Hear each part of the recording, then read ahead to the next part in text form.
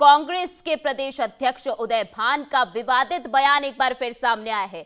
तो उदय भान जो कि अक्सर अपने विवादित बयानों को लेकर सुर्खियों में रहते हैं, उनकी तरफ से उपराष्ट्रपति को लेकर एक बार फिर विवादित बयान दिया गया है। उन्होंने कहा है कि झुका हुआ जाट और टूटी हुई खाट किसी काम की नहीं होती।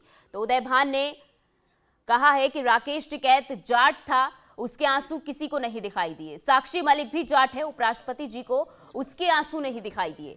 तो उपराष्ट्रपति पर विवादित टिप्पणी उनकी तरफ से की गई है। हरियाणा कांग्रेस के प्रदेश अध्यक्ष उदय भान का विवादित बयान सामने आया है। तो उदय भान की तरफ से कहा गया है, झुका हुआ जाट और टूटी हुई खाट किसी काम के नहीं होते।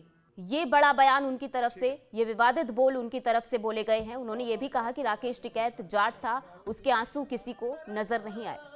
तो उदय भान ने यह भी कहा है कि साक्षी मलिक भी जाट है, उपराष्ट्रपति जी को उसके आंसू दिखाई नहीं दिए। तो बड़ा बयान, विवादित बयान कांग्रेस के प्रदेश अध्यक्ष उदय भान की तरफ से दिया गया है। उन्होंने कहा है कि झुका हुआ जाट और टूटी हुई खाट किसी के काम नहीं आते। वहीं खबर पर बीजेपी के प्रवक्ता प्रवीण अत्रे हमारे साथ जुड़ चुके हैं। प्रवीण अत्रे जी, आपसे जानना चाहेंगे, जिस तरह से उदय भान ने एक बार फिर से विवादित बयान दिया है, पहली बार नहीं है जब इस तरह की बयानबाजी उनकी तरफ से की गई हो, किस तरह से देखते हैं? देखिए, ऐसा है, उदय भान से सबसे पहला सवाल तो ये पूछने वाला है कि जिस तरह के शब्दों का प्रयोग उन्होंने जाट समाज के लिए किया है, क्या भूपेंद्र सिंह हुड्डा उदय भान के इन शब्दों को स्वीकार करते हैं? जी। क्या भूपेंद्र सिंह हुड्डा उदय भान की इस भाषा से सहमत है, जिस तरह की भाषा उन्होंने जाट समाज के लिए उपयोग की? ये सवाल भूपेंद्र सिंह हुड्डा से पूछने वाला है। और मैं तो आपसे भी कहूंगा कि अपने किसी पत्रकार साथी को भेजिए, हुड्डा साहब से पूछिए कि हुड्डा साहब, जो उदय भान ने जाट समाज के लिए कहा, क्या आप उसको स्वीकार करते हैं? क्या वो आपके ऊपर भी लागू होता है? जी। प्रवीण अत्रे जी, साथ ही साथ देखिए, क्योंकि बीजेपी अलग अलग जिलों में, हरियाणा की अगर बात की जाए तो प्रदर्शन कर रही है, उपराष्ट्रपति की जिस तरह से मिमिक्री की गई उसका विरोध जताया जा रहा है। तो क्या उदय भान के इस बयान के बाद बीजेपी नहीं चाहेगी कि वो माफी मांगे? निश्चित रूप से। और मैं तो ये कहूंगा कि उदय भान को पूरे जाट समाज से माफी मांगनी चाहिए, उपराष्ट्रपति धनखड़ साहब से माफी मांगनी चाहिए, क्योंकि किसी वर्ग के लिए, किसी समाज के लिए इस तरह की भाषा उपयोग करना, ये तो किसी को भी अधिकार नहीं है। हैरानी इस बात की है कि कांग्रेस अपने स्तर से कितना नीचे गिर चुकी है, ये पता लगता है प्रदेश अध्यक्ष की इस भाषा से। और उदय भान जी को तुरंत माफी मांगनी चाहिए, तुरंत उनको इस बात को स्वीकार करना चाहिए, वरना इस बात का जवाब भूपेंद्र सिंह हुड्डा को देना पड़ेगा कि भूपेंद्र सिंह हुड्डा इन शब्दों को स्वीकार करेंगे। क्या ये शब्द हुड्डा साहब के ऊपर लागू होते हैं? क्या हुड्डा साहब भी यही सोचते हैं जाट समाज के बारे में जो उदय भान ने बोला? जी। प्रवीण अत्रे जी, एक और बात उनकी तरफ से कही गई कि साक्षी मलिक भी जाट हैं, क्या उनके आंसू बीजेपी को नजर आए, उपराष्ट्रपति को नजर नहीं आए? तो क्या इसे लेकर क्या कहेंगे, क्योंकि पहलवानों को लेकर भी आज इन दिनों राजनीति जो है लगातार गर्माती हुई नजर आ रही है?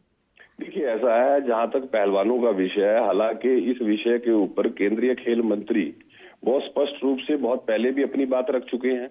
और जहां तक खेल संघ की बात थी, केंद्रीय सरकार ने, केंद्रीय खेल मंत्रालय ने बाकायदा उसको भंग कर दिया। एक एडॉक कमेटी बनाने की बात कही गई। हमारे खिलाड़ियों का सम्मान हमारा सम्मान है, हमारे प्रदेश का सम्मान है। जिन खिलाड़ियों ने प्रदेश के सम्मान में पदक लाके सम्मान को बढ़ाया, उसके पूरी भारतीय जनता पार्टी अपने खिलाड़ियों का सम्मान करती है। ये बात हम सार्वजनिक मंच से बार बार कह चुके हैं। जी जी, धन्यवाद प्रवीण अत्रे जी हमारे साथ जुड़ने के लिए।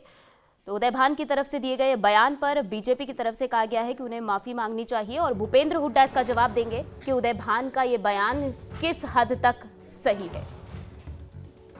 मैं मतलब उनका वो कहने लगे, उपराष्ट्रपति महोदय, कि मैं किसान का बेटा हूँ, जाट का बेटा हूँ। अरे भाई, उपराष्ट्रपति बहुत बड़ा संवैधानिक पद है, जो प्रधानमंत्री से भी बड़ा है प्रोटोकॉल में।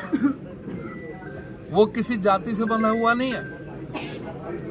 अगर जाति से सोच रहे हैं तो उस दिन सोचना चाहिए था जब किसान 750 किसान जो संघर्ष कर रहे थे 13 महीने तक, उनको अपने प्राणों से हाथ धोने पड़े, बलिदान देना पड़ा था। उस समय सोचना चाहिए था, उस समय सोचना चाहिए था ये किसान भी 80% उनमें जाट थे, और वो किसान भी राकेश टिकैत था, उसके आंसू भी नहीं दिखे थे, वो भी जाट था। और जो महिला पहलवान है वो भी जाट थी। और आपको पता है जब साक्षी मलिक अभी जब प्रेस कॉन्फ्रेंस कर रही थी तो हमारी आंखों में भी आंसू आ गए थे। उस समय उपराष्ट्रपति जी को नहीं लगा कि ये भी जाट है, तब बात नहीं आई समझ में। तो ये बातें जो ये सिर्फ राजनीतिक तौर से, एक बात और कहना चाहता हूँ, झुका हुआ जाट और टूटी हुई खाट ये किसी के काम की नहीं होती।